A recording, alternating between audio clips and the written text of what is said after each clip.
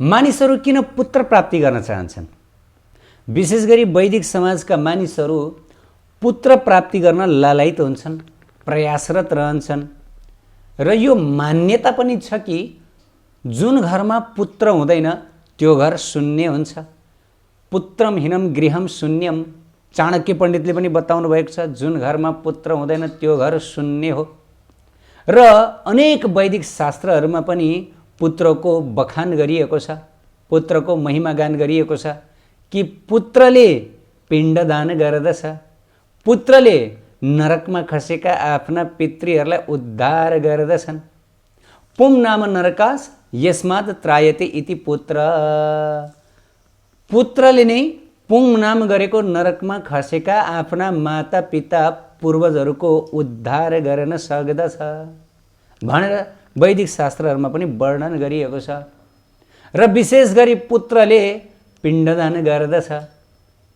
पुत्र पिण्ड प्रयोदकः, अर्थात् पुत्रले पिण्ड प्रदान गरेर नरकमा खसेका अलपत्र अवस्थामा रहेका आफ्ना पूर्वजहरूलाई दिशा प्रदान गर्दछन्, गति प्रदान गर्दछन् भनेर वैदिक शास्त्रमा वर्णन गरिएको छ।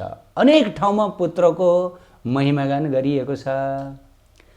त प्रिय भक्त भागवत, यो त भयो एउटा सच्चा पुत्र, धार्मिक पुत्र, ज्ञानी पुत्रको कर्तव्य। मानौ यदि पुत्र ज्ञानी छ, धार्मिक छ, समझदार छ भनेदेखि त उसले आफ्नो सच्चरित्रद्वारा, आफ्नो भक्तिद्वारा, आफ्नो निष्ठाद्वारा आफ्ना पूर्वजहरूलाई सहायता गर्न सक्ला। हामीहरूले यस्ता धेरै कथा प्रसङ्गहरू पनि सुनेका छौँ जहाँ राजा भगीरथी जस्ता पुत्रले पनि आफ्ना त्यत्रा पूर्वजहरूलाई उद्धार गर्नुभयो, कल्याण गर्नुभयो भन्ने यो वर्णन आउँदछ भागवतजीमा। तर यो त भगीरथी जस्ता जो महान पुत्र, भक्त पुत्र, निष्ठावान पुत्र, तर अब अहिले कलियुगमा यस्ता किसिमका पुत्रहरू सम्भव होला जसमा धर्म छ, जसमा निष्ठा छ, जसमा भगवत परायणता छ र जसमा विशेष गरी आफ्ना पितृहरूप्रति दयाभाव छ। हामी औँलोमा खोजेर पनि भेट्टाउन सक्दैनौँ कि आफ्ना पूर्वजहरूप्रति दयाभाव भएका, हैन? किनकि कलियुगको एकदमै प्रभाव छ नि, खतरनाक प्रभाव बढिरहेको छ। त प्रिय भक्त भागवत, त्यस कारणले गर्दा हामी बार बार चर्चा गर्ने गर्दछौँ कि पुत्रले मलाई उद्धार गरिदिन्छ, पुत्रले मलाई पिण्ड खुवाउँछ भनेर कहिले पनि भर नपर्नुहोस्। कहिले पनि अब मलाई पुत्रले उद्धार गर्छ त्यसैले म यो जीवन पुरा पाप कर्ममा बिताउँछु भनेर कहिले पनि आफ्नो जीवनसँग खेलवाड नगर्नुहोस्। हामी बार बार यस विषयमा चर्चा गर्ने गर्दछौँ। आजकल के छ भन्दाखेरि मानिसहरू जब पुत्र प्राप्ति हुन्छ त्यसपछि उनीहरू आफ्नो जीवनमा लापरवाही गर्न थाल्दछन्। अरे पुत्र प्राप्ति भइहाल्यो, अब पुत्रले मलाई पिण्ड दिन्छ, पुत्रले मलाई नरकमा खसे पनि उद्धार गर्दछ भनेर जानी जानिकन नरकमा जाने बाटो तय गर्दछन्, विविध पाप कर्ममा लाग्दछन्। पुत्रको आडमा पुत्रले उद्धार गर्दछ भनेर मनको लड्डु घिउसँग खान्छन्। तर यो निश्चित छैन कि त्यो पुत्रले तपाईँलाई उद्धार गर्छ नि भनेर। शास्त्रमा बताइएको छ केवल त्यो पुत्रले मात्रै उद्धार गर्न सक्दछ जुन पुत्रले आफ्नो पनि उद्धार गर्न सक्दछ। अरे जो खोलामा डुबेको छ उसले डुबेकालाई कसरी जोगाउन सक्दछ? जो आफै डुबेको छ जोगाउन त्यसले मात्र सक्दछ जो आफू डुबेको छैन र डुबेकाहरूलाई उद्धार गर्न सक्दछ।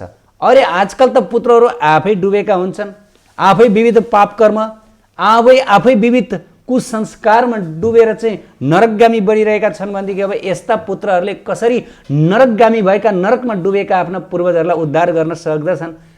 निश्चित रूपले यसमा संदिग्ध हुनु पर्दछ।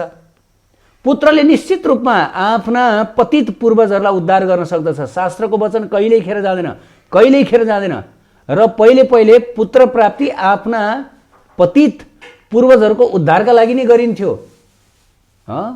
पहिले निश्चित। तर पुत्र धार्मिक हुनुपर्छ, पुत्र भक्तिपरायण हुनुपर्छ। तर अहिले यस्तो किसिमको पुत्रको सम्भाव्यता कति छ? त शास्त्रमा बताइएको छ बुद्धिमत्ता त्यहाँ हुन्छ जब व्यक्ति स्वयंले आफ्नो उद्धार गर्दछ। भगवत गीतामा स्वयं भगवान श्री कृष्णले के बताउनु भयो? उद्धरेत आत्मनात्मनम आत्मनम वसादयेत आत्मै प्रियात्मनो बन्धुर आत्मै परिपुर आत्मन।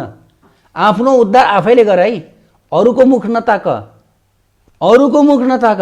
आजकल के हुन्छ, मानिसहरू अरूको मुख ताक्दछन्। पुत्र पनि अरू नै त हो नि, पुत्रको मुख ताक्दछन्, उसले मलाई उद्धार गर्दछ, अनि आफू चाहिँ जीवनभरि पाप कर्ममा लिप्त। हेर त कति ठुलो धोका आफ्नो जीवनमा। त यमराजजी बताउनुहुन्छ यमदूतहरूलाई, नरक जाने को हो? बुद्धिमत्ता त त्यहाँ हुन्छ, अरे भाइ मुख ताकेर बस्नुभन्दा नरक नै जानु नपरोस्, यस्तो किसिमको कर्म गर न, यस्तो किसिमको कार्य गर न, किन अरूको भर पर्छौ? भोलि उसले नगरिदिएला, भोलि उसले कुनै किसिमको पिण्डदान नगरिदिएला, वा त्यस्तो कुनै किसिमको अनुष्ठान नगरिदिएला तपाईँको उद्धारको लागि, अनि तपाईँ के गर्ने?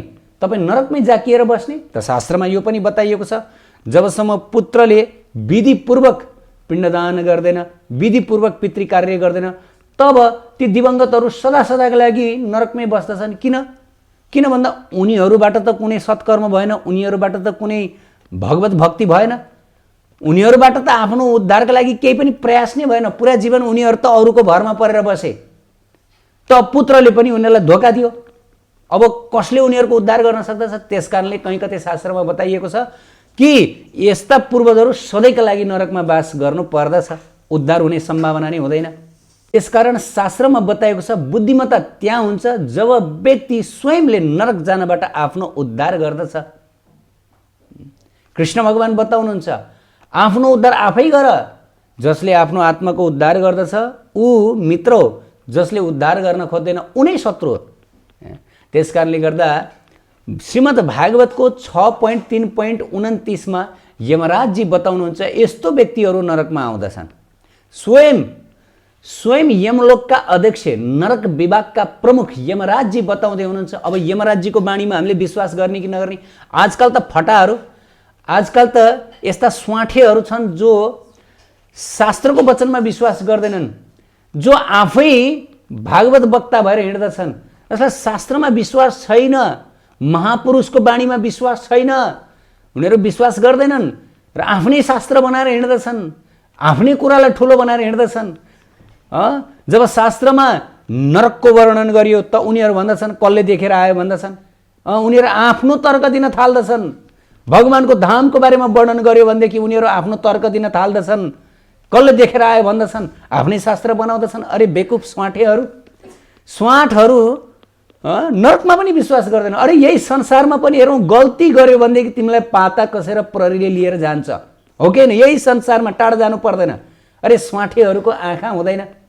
मूर्खहरू आफ्नै शास्त्र बनाउँदछन्, तैँले देखेर आइस भन्दछन्, तैँले देखेर आइस भन्दछन्। अरे देखेर आइस नआइस, भोलि एक एक कुकर्म, एक एक दुष्कर्मको फल भोग्नु पर्ने दिन आउँछ। त नरक विभागका प्रमुख यमराजजी स्वयं बताउनुहुन्छ यस्तो व्यक्ति नरक आउँदछ। कस्तो व्यक्ति? श्रीमद् भागवतम 6.3.29 मा उहाँ स्वयं बताउनुहुन्छ, यमदूतहरूलाई उपदेश दिनुहुन्छ। जीवान भक्ति भगवत गुणामधेयम चेतश्च न स्मरति तच्चरणारविन्दम कृष्णाय नो नामति यक्षीर एकदापि तानानय बध्य सतकृत विष्णुकृत्यान। यस्तो व्यक्तिलाई हे यमदूतहरू नरकमा घिसटेर ल्याउनु, लछार पछार गरेर ल्याउनु। कस्तो व्यक्ति? जसको जिब्रोले कहिले पनि भगवान राधा कृष्णको गुणगान गर्दैन, हरिको गुणगान गर्दैन, यस्तो व्यक्तिलाई घिसारेर ल्याउनु। चेतश्च न स्मरति तत्चरणारविन्दम।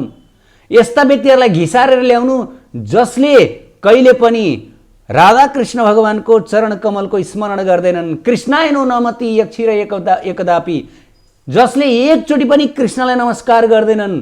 हो, यस्तालाई, यस्ता मूढ, यस्ता पापीहरूलाई तानेर घिसारेर नरकमा ल्याउनु भनेर स्वयं यमराजजी बताउँदै हुनुहुन्छ। अब आजकल स्वाठेहरू कसले देखेर आयो भन्दछन्। अरे यिनीहरू स्वाठेहरूको किन विश्वास गर्ने? स्वयं यमराजजीको विश्वास गर्ने। जस्तै उदाहरणको लागि सरकारभित्र के चलिरहेको छ भनेर प्रधानमन्त्रीबाट बुझ्ने हो नि, अरू पब्लिकबाट किन बुझ्ने? प्रिय भक्त भागवत, यो पिण्डदान गर्नु, पुत्र नै चाहिने पितृ उद्धारका लागि, यो भनेको भगवानका भक्तहरूको लागि होइन, राधा कृष्णका अनन्य भक्त वैष्णवहरूको लागि होइन। यो त कर्मीहरूको लागि, भगवत भक्तिबाट विमुखहरूको लागि, भौतिकवादीहरूको लागि, यस्ता जीवहरूको लागि हो, वैष्णवहरूको लागि होइन। अरे वैष्णवहरूको लागि यो आवश्यकै छैन। वैष्णवहरू आफ्नो उद्धारका लागि पुत्रको भर परिरहनु पर्दैन, कोही कसैको भर पर्नु पर्दैन। वैष्णवहरूको त उद्धार भइसक्यो। जो भगवानका शुद्ध भक्तहरू हुनुहुन्छ, अनन्य भक्त हुनुहुन्छ, जसको मुखमा अनवरत भगवान नामको स्फुरण भइरहन्छ, गुन्जायमान भइरहन्छ, अरे यस्ता भक्तहरूले आफ्नो उद्धारको चिन्ता गरिरहनु पर्दछ? यस्ता वैष्णव भक्तहरूको उद्धार उसका पुत्रहरूले गरिदिरहनु पर्छ? निश्चित रूपले गर्नु पर्दैन। त शास्त्रमा बताइएको छ यो पुत्र चाहिने उद्धार गर्नको लागि, पिण्ड दिनुपर्ने, यो सबै कर्मीहरूको लागि हो, वैष्णवहरूको लागि होइन, भक्तहरूको लागि होइन। भक्तहरूको त उद्धार भइसक्यो। जुन दिनबाट उसले हरिनाम जप्न थाल्यो, जुन दिनबाट राधा कृष्णको प्रेमी भक्त बन्नुभयो उहाँ, त्यो दिनबाट उहाँको उद्धार भइसक्यो। भक्त कहिल्यै नरक जानुहुन्न, कहिल्यै नरक जानुहुन्न। नरक जाने भने के? भगवत भक्तिबाट विमुख नास्तिकहरू र यी जडवादीहरू नरक जाने हुन्। नरक जाने नै उनीहरू, नरक बनेकै उनीहरूको लागि। जसरी राज्यमा जेल बन्छ कसको लागि? जेल बन्छ सरकार विरोधीहरूको लागि। अरे सरकार समर्थीहरूको लागि थोडी जेल हो, कानुन समर्थीहरूको लागि थोडी जेल हो, कानुन विरोधीहरूको लागि। त सम्पूर्ण शास्त्रको एउटै उद्देश्य के हो? धर्मन्तु साक्षात् भगवत प्रणितन, भगवानलाई प्रेम गर्नु, भगवानको भक्ति गर्नु, यो हो सम्पूर्ण शास्त्र। शास्त्र के हो? शास्त्र भगवानको कानुन हैन, नियम। त भक्तहरूले त भगवानको कानुन मानिरहनु भएको छ, शास्त्रको आदेश पालना गरिरहनु भएको छ, भगवानको भक्त बनिरहनु भएको छ। त उहाँहरूको लागि नरक होइन, हुँदै होइन। भगवानका भक्त कहिले नरक जानुहुन्न। नरक जाने भनेकै भगवानको भक्ति विरुद्ध लाग्ने असाधु असन्तहरू। त प्रिय भक्त भागवत, यो पुत्र चाहिने पिण्ड दिनको लागि, उद्धार गर्नुपर्ने पुम नाम गरेको नरकबाट, यो कसको लागि? यो भनेको विमुखहरूको लागि हो, भक्तहरूको लागि होइन। शास्त्रमा बताइएको छ कि यदि कोही जगतकै रचयिताको छोरा किन नहोस् तर हरिको चरणको भक्त छैन भनेदेखि त्यो भारतवर्षको सुँगुर भन्दा पनि नीचो। पुत्रस्ते जगताम धार्तुर नास्ति भक्ति हरे पदे शुकराद रिक्तस्य सो अदमो भारत भुवे। शास्त्रमा बताइयो। अरे जो राधा कृष्णको भक्त छैन, हरिभक्त छैन भनेदेखि त्यो पुत्र सुँगुर बराबर हो भनिएको छ। त्यो पुत्रले आफ्ना पूर्वजहरूको नाममा केही पनि गर्न सक्दैन। अरे खुद आफै नरक जाँदैछ भनेदेखि उसले कसरी आफ्ना पूर्वजहरूलाई उद्धार गर्न सक्दछ? बरु पूर्वजहरूलाई नै घसिटेर तर नरकमा झार्न सक्दछ। शास्त्रमा यो पनि बताइएको छ। त्यसकारण शास्त्रमा बताइयो, तर पूर्व जन्मको स्मरण हुँदा हुँदै पनि हरिको भक्त भएर यदि कोही सुँगुर भएर जन्मन्छ भने पनि महान भक्तले आफ्नो भक्तिद्वारा गोलोकधाम पाउनेछ। ल हेर्नुहोस्, सुँगुर योनिमा पनि यदि राधा कृष्णको भक्तिभाव छ भनेदेखि बरु ऊ गोलोकधाम जान सक्छ, उसले आफ्नो उद्धार गर्न सक्दछ। तर यहाँ एकदमै ब्राह्मणको कुलबाट जन्मिएका, उच्च कुलमा जन्मिएका, धनाढ्य कुलमा जन्मिएका पुत्रहरू यदि राधा कृष्णको भक्तिबाट रहित छन् भने उनीहरूले न आफ्नो उद्धार गर्न सक्दछन्, न आफ्ना पितृहरूको उद्धार गर्न सक्दछन्। शास्त्रमा त यहाँसम्म बताइयो, आफ्नो भक्तिद्वारा गोलोकधाम प्राप्त गर्नेछन्। र केवल आफूले मात्र गोलोकधाम होइन, आफ्नो पितापट्टि 7 पुस्तालाई उसले गोलोकधाम वैकुण्ठ धाम पुर्याउन सक्दछ। मातापट्टिकोलाई पनि 7 पुस्ता, र यदि विवाहित छ भनेदेखि पत्नीपट्टि अर्थात् ससुरालीपट्टिको पनि 7 पुस्तालाई उसले उद्धार गर्न सक्दछ। ल हेर्नुहोस्, भक्तिमा कति शक्ति छ। ज्ञाति स्मरो हरेर भक्ति युक्त सुकर योनिसु जनिर लभेत्स प्रवरो गोलोक याति कर्मणा। यदि ज्ञाति स्मर प्राणी मूड सुँगुर योनि प्राप्त गरे पनि यदि राधा कृष्णको भक्त छ भनेदेखि उसले आफूलाई गोलोकधाम प्राप्त गराउँदछ, अरूको पनि उद्धार गर्दछ। हेर्नुहोस् है, पिबताम वैष्णवादिनाम स्पर्श पुता वसुन्धरा। अरे वैष्णव भक्तको त यहाँ वर्णन गरेर साध्य नै छैन, महिमा गान गरेर साध्य नै छैन। अरे धरती देवी प्रसन्न बन्छिन्, खुसी बन्छिन् वैष्णवको चरण धुली प्राप्त गरेर। छोडिदिउँ न, राधा कृष्णको भक्तको चरण धुली प्राप्त गरेर धरती देवी आफूले आफूलाई धन्यति धन्य मान्छिन्। ओहो, आज एक वैष्णवको पाउले मलाई टेक्नु भयो, मेरो जीवन धन्य भयो, सफल भयो भनेर यो शास्त्रको वचन हो। पिबताम वैष्णवादिनम स्पर्श पुता वसुन्धरा। गोविन्दको चरण कमलको प्रेम रसको आस्वादन गरेका महान वैष्णव भक्तहरूको चरण स्पर्श पाएर धरतीले नै आफूले आफूलाई पवित्र मान्दछिन्। अरे वैष्णवलाई कसले पवित्र पार्ने? वैष्णव कति पवित्र? वैष्णवलाई कुनै पुत्रले उद्धार गरिरहनु पर्दैन। वैष्णवको उद्धार त उसको भक्तिद्वारा भइसक्यो।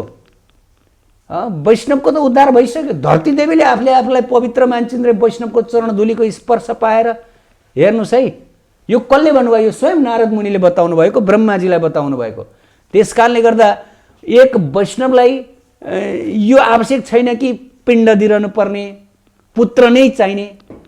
भले उसको पुत्र होस् अथवा उसको पुत्र नहोस्, उसको उद्धार भइसक्यो। त्यस कारणले एक वैष्णव लालायित हुनुहुन्न, मलाई पुत्र नै चाहियो, मलाई पुत्र नै चाहियो, मेरो उद्धार। उत्कृष्ट आध्यात्मिक जानकारीहरूका लागि नेपालकै पहिलो शुद्ध आध्यात्मिक च्यानल टिभी लजिकल कृष्णलाई सब्स्क्राइब गर्न नभुल्नुहोला र हरेक अपडेट्सका लागि यो बेल आइकन पनि दबाइदिनुहोला।